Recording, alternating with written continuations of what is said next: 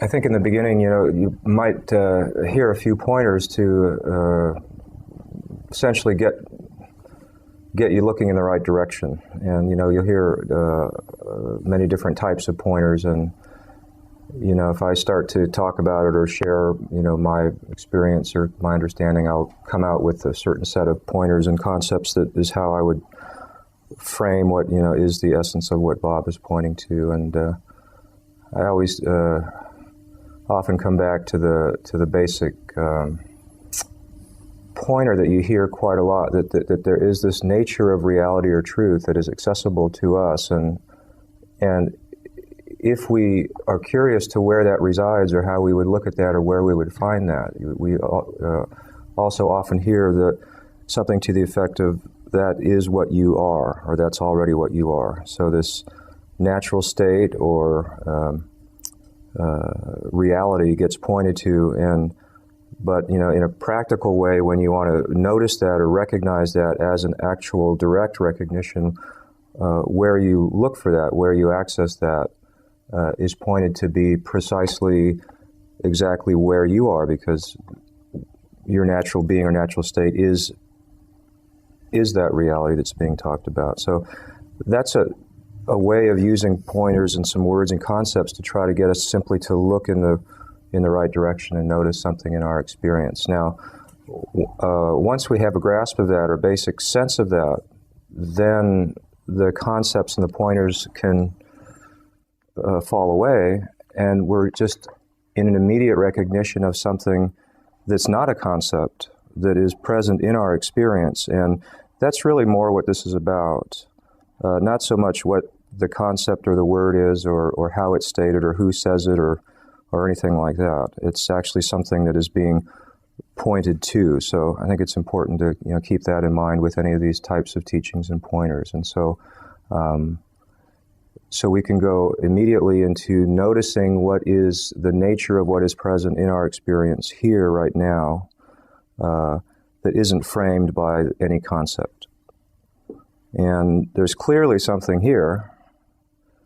Each one of us is present, existing, aware, and alive, conscious, and whatever that is, whatever that reality is, that if you notice that, you'll see that that's not a word or an object or a pointer. It's not even a teaching, and there's really no particular teaching or school of thought that really can capture that or own that, or kind of have the rights to that, so to speak. But still, that natural being and knowing essence of what we are is actually present for all of us, even right now in this moment. And I think what we find is that at the end of the day, as we're looking at this, resonating with it, that's what you recognize at the end in terms of where the pointers are pointing to. So I would say just to encourage you to pause the concept, pause the question, pause the mind trying to grasp some particular understanding, and just simply relax and notice something very simple and available, which can be pointed to. So I could call it the fact of your being, or that innate conscious presence that's here right now, that's at the root of all of our natural functioning and seeing and knowing and thinking. And it's there prior to any description, word, or label. And once you get that, once you resonate with that and realize that that's what we can notice, that's what's really being pointed to, it just goes to an immediate recognition, an immediate looking and seeing that indirect experience. And it's quite interesting, because what you will find is that a lot of those pointers that are used turn out to be someone attempting to describe what your natural being is. So just to give a flavor of a few things that I would say, and encourage you also to just notice right now that there is that effortless, natural, given reality of your being here right now. And that's not an attainment, and it's not even an awakening.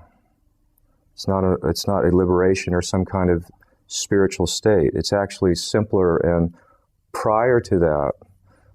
And in looking at that and recognizing what that is, you find that it's not troubled by questions and problems. It's not divided from anything. It's not searching for anything. It's not limited or defective or anything like that. So the amazing thing about this is when you follow that pointer and you actually examine in your experience to just simply be curious about what is the nature of what we are here, you immediately come face to face with this obvious, undeniable fact of your true nature, and it is already, having all of those characteristics that we might have been searching for, So that can allow us to then appreciate some of these pointers, but always, knowing that the pointer is not what it is. But in seeing that distinction, you can appreciate, the pointers, you can enjoy the pointers, and you can, be in a meeting like this and hear this being pointed to and following the pointers, but simultaneously actually directly recognizing as it's being discussed that reality of who you are. And the beauty of it is it starts right now in our direct experience, if we simply care to recognize what's being pointed to. And this is something that people, I think, miss, is that what you find is that we're not really talking about an attainment. It's not a particular experience. It's not a particular moment. It's not a shift. It's not a penny dropping. Nothing particularly needs to happen, which is, I think, often in spirituality, we often kind of subtly pick up that kind of idea that when's it going to happen? I'm going to be there. And then, somebody got it and somebody didn't get it. And then you're kind of just subtly, the mind is kind of projecting into the future, imagining that there's something that's going to happen to me, and then this will be the case. And it turns out to be, which is a wonderful understanding, is that that's not the case, actually. And even some of the most kind of rarefied, absolute types of teachings that you hear also turn out to be a little bit too complicated. So like we often hear awakening, and then it seems like, so-and-so got something at a certain time. And so that would lead us to feel like, maybe that could happen to me or something like that. But that's all conceptual. That's all in the imaginary, kind of conceptual picture in the mind. Because if you actually look in direct experience, that awake, conscious, aware presence is actually already functioning. It's already completely clear and evident. So there we were waiting for awakening, or waiting for the shift or something to happen, not actually noticing that the awakeness or the awareness or that reality was actually there without needing the shift or the awakening. And in seeing it like this, the whole structure of spirituality and concepts kind of just glides out of the picture, because you realize you don't need anything to be what you already are, and all of those natural qualities are given by default in what's already present. So this is the kind of thing that Bob pointed out to me, and he shares about, and I was able to listen, to what he was saying, and then just simply check it out and find the simplicity of the truth of that kind of the meaning of those pointers. But at no time was there some, exotic awakening or shift or moment or something like that, because it's too complicated, So then those age-old pointers about you are that, and your mind is the Buddha, and this is who we are, and then we recognize that, well, this is what they were trying to say, that, that you already are the truth of what you are, that you are that. And at that point, the need for the pointers or to understand what it is and where is it and all that whole thing is no longer necessary for who we are, because there's that direct recognition for ourselves of the truth of what we are. And it's a simple appreciation and recognizing of something that, as was pointed out to me once, that one of the keys to it is that it's so incredibly simple. It's so totally basic, and in a way so clear, so obvious that it's often we've just stepped over and missed the essence of it. So you'll hear a lot of these pointers today, and if you really kind of follow what's being said, it's pointing back again and again and again and again in various different ways to that same basic, message. And you don't need a lot of pointers or a lot of meetings or a lot of time or a lot of, chewing over it like that, because all of that is still missing the simplicity of it. Is it just one meeting like this, or a discussion, or heart-to-heart talk, or hearing one real direct pointer that resonates can in itself be quite sufficient, quite enough for us to simply turn and notice that. And no matter what anybody else says, even if it's Buddha or whoever, at the end of the day, that sharing is only somebody's attempt to point. So there is an aspect of this where you can't invest too much in the pointers or who said what or this or that, because that takes us away into the complexity of overlooking something very, very simple, like the natural being essence awareness that it's all about, and that is the clear meaning of this, and really sets us free in the understanding of who we are, is just like here for the taking. It's like completely available. So I'd rather not talk about, who somebody else said this and what about that, because then it just becomes another set of, I could say, well, maybe I think it's this and it was that and that, and then we're off to the races again, in the concept. So what's wrong with the undeniable fact of our being, knowing essence that's here right now in clear view like that, would be my way of approaching something like that. Because you often hear in different groups and in different discussions about who said what, and is it this, and was it that, and is it clear, and is it that? I mean, it's kind of a natural thing that we do because we're used to trying to pin it down at the mental level. But that's going to miss the essence of it, I think. So that looking back to what is here prior to even that question. What's the nature of reality that's here right now for you, for me, before the question appears is how I would, look at it. Because, how many traditions and sages and like that have said that you are what you're seeking, or you are that, or we already are that. It's said it over and over and over and over again in every culture, all of those types of ways of pointing. And here, each of us here, we all are. And they've been telling us all along that that's what it is. And yet we could be thinking, well, when's it going to happen to me? But, the being, or whatever is here, our true being, it doesn't even need a shift. It's even simpler than that. And it just gets pointed out, and it's almost self-evident, something so simple that we seem to overlook that. And so you don't need a shift to be what you are. You don't even need an awakening or a moment, or you don't need to be anywhere special or anything like that. And a little insight like that is that just completely undermines the whole assumption at the root of what we might have been imagining. And then the simple meaning of the pointers that have been there all along, suddenly, that's what they were saying, I mean, 20, 30 years ago, I read somewhere, you are that, or whatever. Your own being is that. And then I went off, well, yeah, now, that's great. There was even a resonance with that.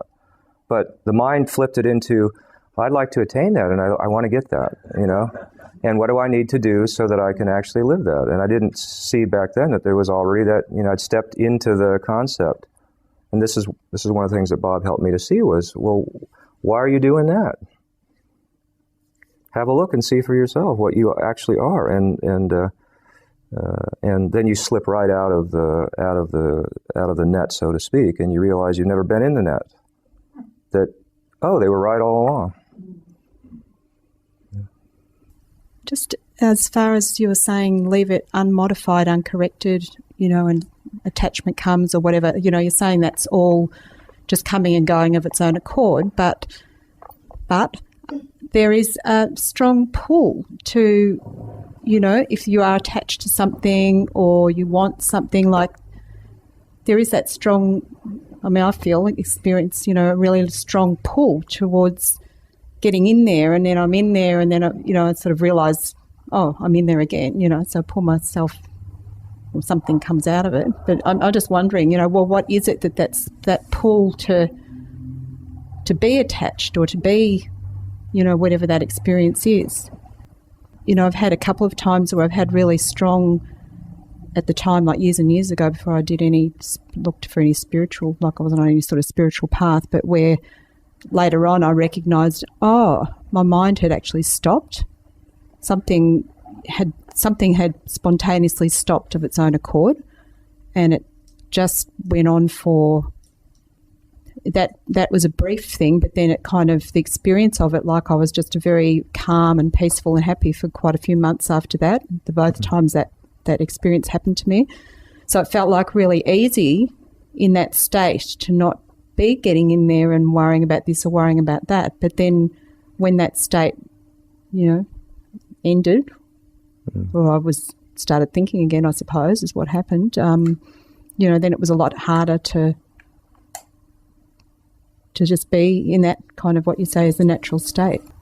It's nice to notice sometimes we miss that if we look at our own experience, it's always revealing this teaching or this point of view is actually demonstrating moment by moment in our life, you know. So like you said very clearly, you said, well, there it was so simple, effortlessly, that state of being. And, you know, then you said, well, maybe it was just the thinking that reappeared. It might not have been, you know, might not have been the actual state or experience of that simplicity coming and going. We often interpret it that way, like maybe like something will be seen, or that conceptualizing might drop away for whatever reason. We might not even know why, but suddenly there's that simplicity there. And exactly, like you were saying it very clearly, like that wasn't something you were trying to do or maintaining. It wasn't a kind of an effortful state. It was just there in all of its simplicity. That was your direct experience. And there it was, and that's the teaching, that's the pointing right there, is saying, you know, that really isn't a maintenance state. It is not a production of the thought. And then, you know, as the conceptual interpretation might have come in, the reference point came in. But you actually knew that too, because that's what you said. You said maybe it was just the thinking appearing again. Oh, well, at the time, I had no understanding of it whatsoever, you know, and it just kind of came and went, and I didn't really, you know, it was sort of like, oh, that was good, but I really didn't kind of analyse it or think at that time what it was. It was probably only later, after I'd done some kind of meditation and spiritual practice, that I kind of I thought that that's what it was, you know. Looking from this point of view and kind of understanding this in a more direct way, our own experience was actually showing the truth even then, even if we did overlook it because we didn't know any better or it wasn't clear to us. But just like if we had noticed that, if we had actually looked at that, there was the whole answer, the whole, you know, and then we'd come back into our immediate presence. So here we are right now, and those same basic principles are still going to be in our experience demonstrating what's going on if we care to notice that. Because the natural state of being, what you are, even presently for us, is not a maintenance, it's not a struggle, it's not some effortful state. It is actually given for us right now. And the only thing that ever happens if we care to notice that is, you know, and even the thing is, even the thoughts and feelings and emotions are playing through that too, and it's not altering anything. You know, if you like look directly at an emotion or a thought, there's nothing right or wrong or divided or troublesome about simply an experience passing through this. And we can see that in our experience even right now. So the natural state of who we are is here, and this functioning of life going through it, if we just simply look at it as it is, it's not problematic, it's not difficult, it's not a struggle, it's just a happening, it's just part of the totality.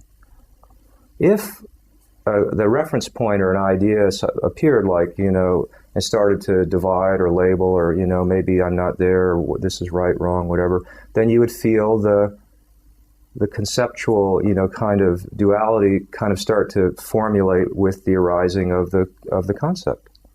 But that's also demonstrating in our direct experience. So like the total truth of who you are is demonstrating, manifesting. The nature of reality, you know, being non-problematic moment by moment is also actually happening. And then if the concept or if the idea of separation appears and begins to grab, you know, or whatever like that, that's also showing right there. If we just care to, you know, notice it. So it's like, that's why, you know, you kind of tune into that, your direct experience. You don't need a scripture or a book or some kind of manual on how to do it or something like that, because life itself is the scripture in the sense that it's actually showing you, you know, moment by moment, these types of truths, these types of teaching. And it was available, you know, back then. We never stopped to notice it. Mm-hmm. But now we are noticing it. Yeah. Well, I think the problem is that I still believe in the entity, and I think that's what's going on, because, you know, it's easier said than done, you know, like in your day-to-day life when things come up, you know, I find that I'm still caught, like often, I mean, I'm less caught and I'm able to step back more, but if there's some event going on that, you know, particularly if it's around anxiety or something like that, then there's, you know, that still comes up and I can really feel a lot strong feeling and my head just going, blah, blah, blah, you know, sort of a lot, you know, and I'm able to, maybe if I can sit quietly, I'm able to sort of calm it down, but then it comes up again, calm it down, comes up again. I think it's a wonderful insight to notice that the thoughts and feelings and experiences that are coming through they're not coming attached with a label that they're right or wrong or problematic or shouldn't be happening. It's very liberating to realize that it's not so much, we're not being called upon to do something with the experience. What you see with that is if you look at those concepts, or you look at what the mind is doing, somewhere along the line there it is introduced into that equation, I'm just a separate, miserable, limited person in this life. And what happens when we look at that is we can shine that light of looking right at the truth of that. Is that really what you are? Or is that just an idea that's also appearing? And there can be an insight around, I mean, my experience of that is that right to that essence, that kind of core perspective in the mind is very helpful, because otherwise we might be trying to work it out and deal with it and fix it and respond to all these concepts and all that. But if you take it right back to the essence and realizing the mind is somehow asserting or trying to tell us that the separation or defectiveness has appeared or something, and that's what I am. And there can be just, you know, just a direct looking at that and noticing, is that really a true concept? Is that really a true statement of what you are? And the way that you see that is, you know, coming back to the naturalness of the living moment and looking directly at your own experience and simply noticing whether that is a separate, defective, problematic person. And it's just a kind of an insight where you notice something that's not a proper definition of your true being. And that kind of just gets right to that root of the whole thing and just kind of takes away the bondage to the whole root of the whole issue. You know, it's kind of I never was a problematic separate person to begin with. That was just an idea that the mind had conceived, but it was never really examined or kind of noticed. And here I've been going along all these years, suffering and seeking and trying to work it out and trying to get this and get that. Why? Because there was that idea that somehow that there was an idea of imperfection or separation. But at some point we get around to simply checking that out to see if that assumption. So you can kind of see what it's like if we look at that root idea and there's just that simple recognition on direct experience that core assumption driving the whole production is not true. I was sitting with Bob years ago, and the basic idea I was getting at that point is that belief in the entity is where all the questions and problems and doubts and worry and suffering comes from. Because as long as that's assumed as my identity, you have all the mind kind of spinning and generating all this stuff. But in the recognizing that that's not true, all of these things are resolved. And it's kind of funny because it's not like you answer every question and work out every situation and you learn how to deal with everything, but there's something at the root of it that is resolved very directly. And it's not, it's just something we check out and notice and see the truth of that by just going on direct experience. So like right now, as we sit here without that thought, simply seeing the true experience right now prior to the concept. And it's like marvelously simple. And it would only ever get complicated with a concept. And there's not even a concept of like, what do I do with the thoughts? Do I step back? How should I respond? Should I, because even that's a kind of a position in the mind. It's like even before all that stuff, not even thinking about what I'm doing or how should I view it or anything like that.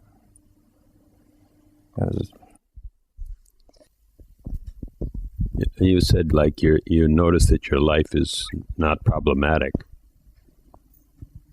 but we have a definition that I'm a problem solver. The I that I think I am is a problem solver, and it's dependent on problems to be there in order to solve them.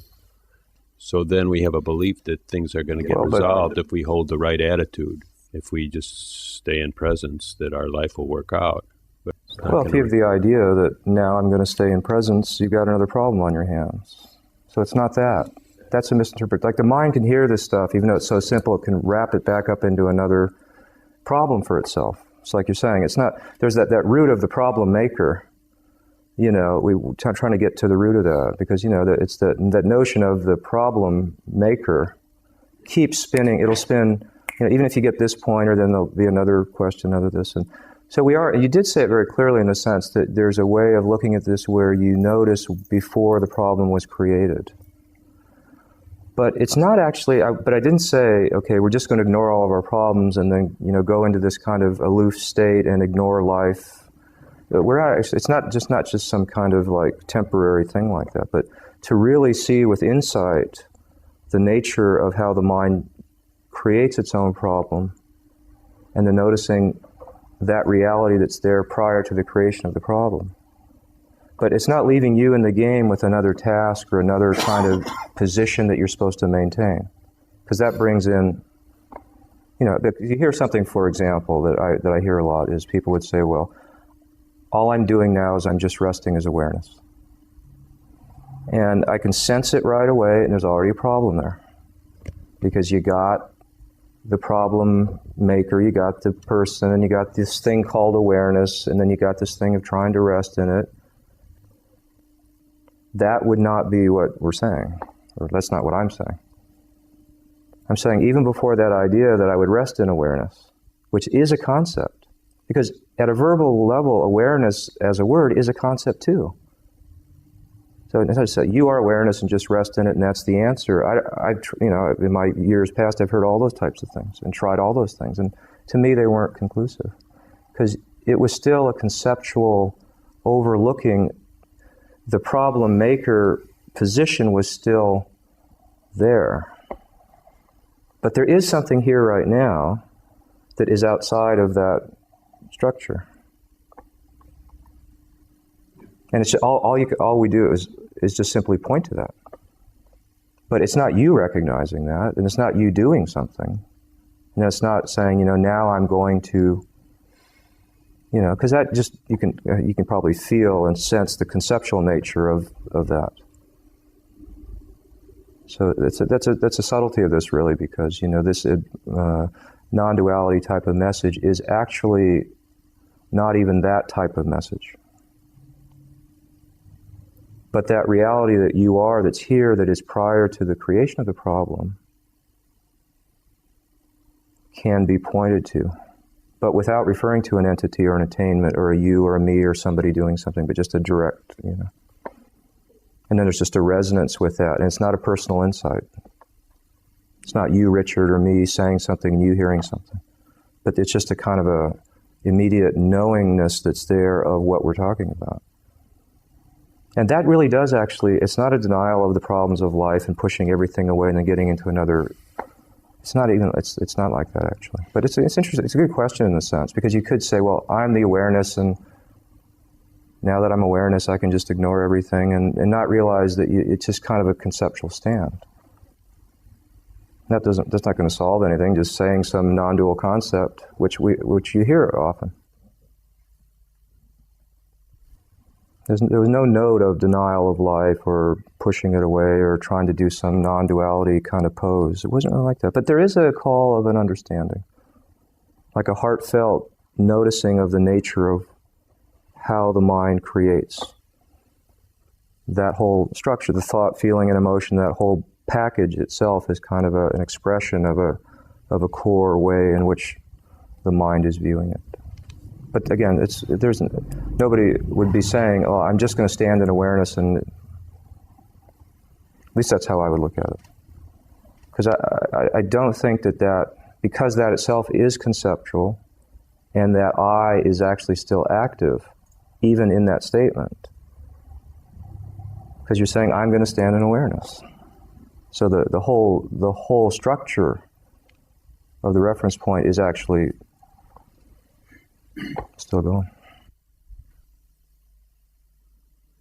Is it not possible to say that to assert that there is no duality is almost a reaffirmation of duality, because we're saying there is not something and there is something else? There is the reality, and then there's all this fictitiousness and appearances, and so there is not an I, and there is not the mind, and there is not this, and there is not that. So we have these two realities then. Aren't we creating a division? Can't it be this plus that? But that's also a concept.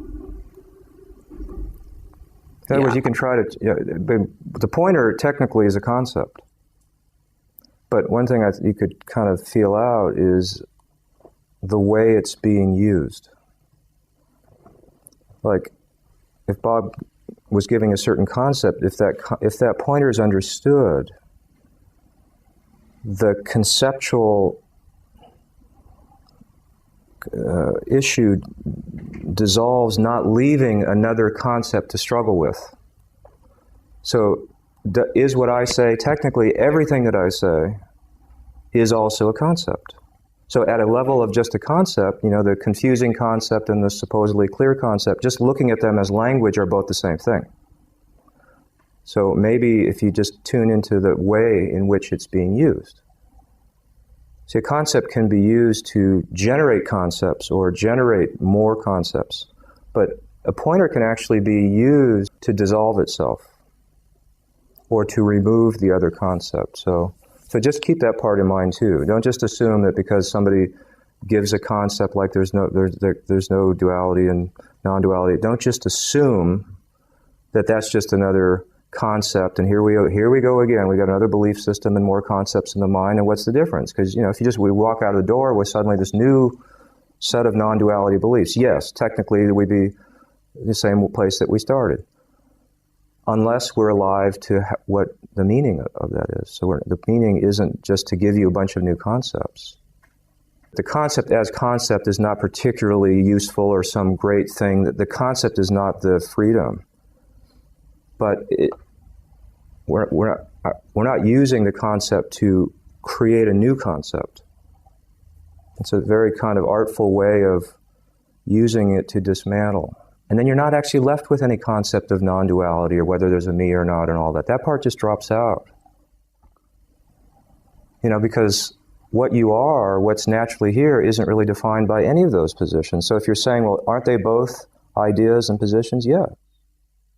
I understand fully the value, and it's been an understanding that's been growing in me of the value is in what's being pointed to, not the pointers themselves.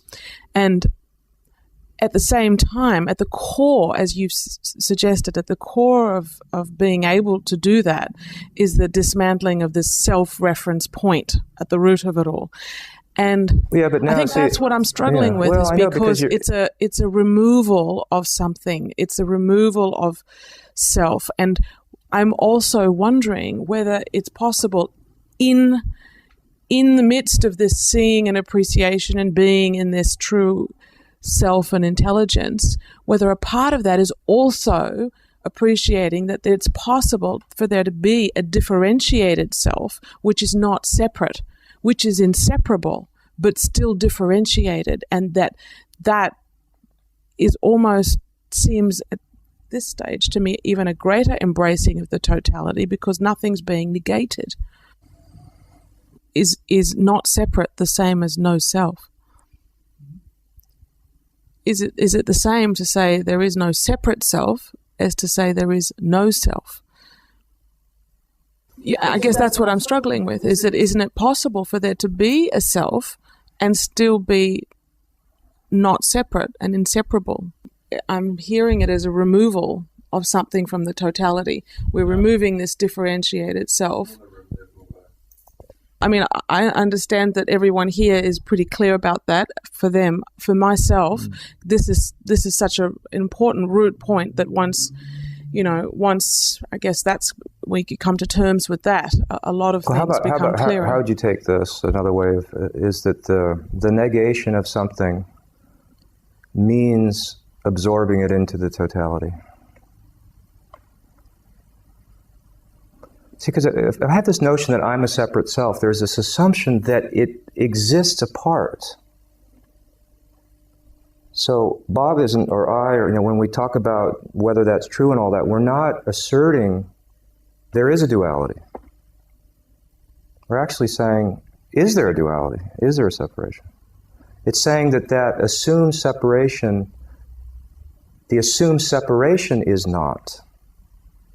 And where does that leave you? If you actually non-verbally, experientially actually follow the intent of the pointer, it leaves you in the exact same thing that you're kind of trying to get to, which is the oneness in which nothing's excluded. So it's kind of a paradox in a certain way. It sounds like a negation, but it's actually an inclusion. You know? It's kind of hard to, So don't take the pointers as a kind of maintaining, creating, dividing, and doing something and then leaving us in some kind of stuck, problematic state. The inclusion, yeah, I can relate to. I guess it's when the language of the pointers uses exclusion language of not this. It does. It's not that. But it's a very valuable and meaningful and sometimes necessary way of talking about it. Somebody thinks, I am a separate self, and I am divided, and I am limited, and I am not the totality. That's their idea, right? So then the pointer says, well, that's not what you are. One way or another, that exclusive, narrowing down on that as being the totality is exposed.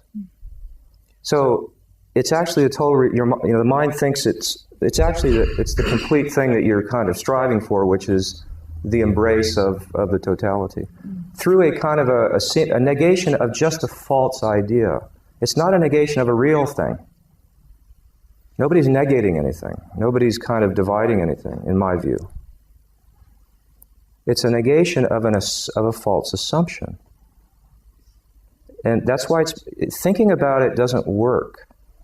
It's more of an experience of what does it lead to as an experience. Because if you actually drop the notion of separation,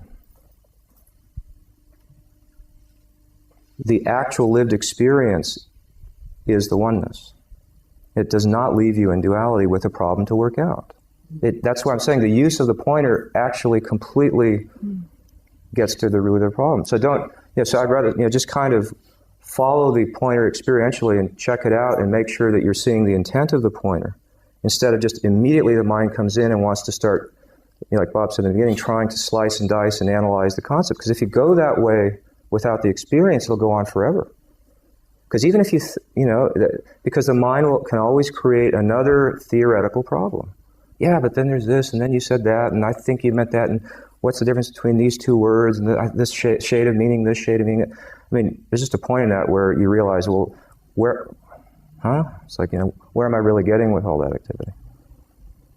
But immediately come off the concept, and there it is. And it doesn't leave you stuck with all these metaphysical problems to work out, because that's only the mind chewing on that stuff. So therefore, if it's helpful, and I don't know whether it will be, but is it just as possible to language the pointer for oneself as I am the totality, I am me, I am a unique vibrating pattern of energy, I am a differentiated self in that regard, which is a part of this totality. Therefore, the entire focus becomes on the experience and identification with the totality, without necessarily using the pointers of I am not this and I am not that. Just see something. You keep saying totality, totality. That's itself a concept.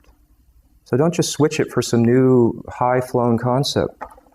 It's the mind articulating the concept of totality and then trying to say, well, if I was more this concept, would it be better than this one? And I don't want to say I'm not, I want to say what I am, but it's still the mind basically conceptualizing. So what are you without even the concept of totality?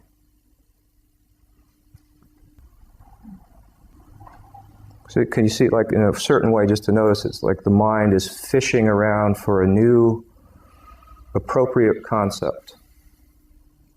And then we hear somebody say something, say, well, God, there's kind of a potential problem with that one. Isn't it really this? Well, it's the pointer that I'm playing with, which in a sense we've, I guess, agreed that we are using concepts as pointers. Well, we're not playing with the pointers and chewing over them and tasting them and digesting them and the nuances. It's like, follow the thing and then drop it, If you think you're the totality, then follow that and then drop the idea that you're the totality and then see what's really here. And it's not the totality because that's just a notion.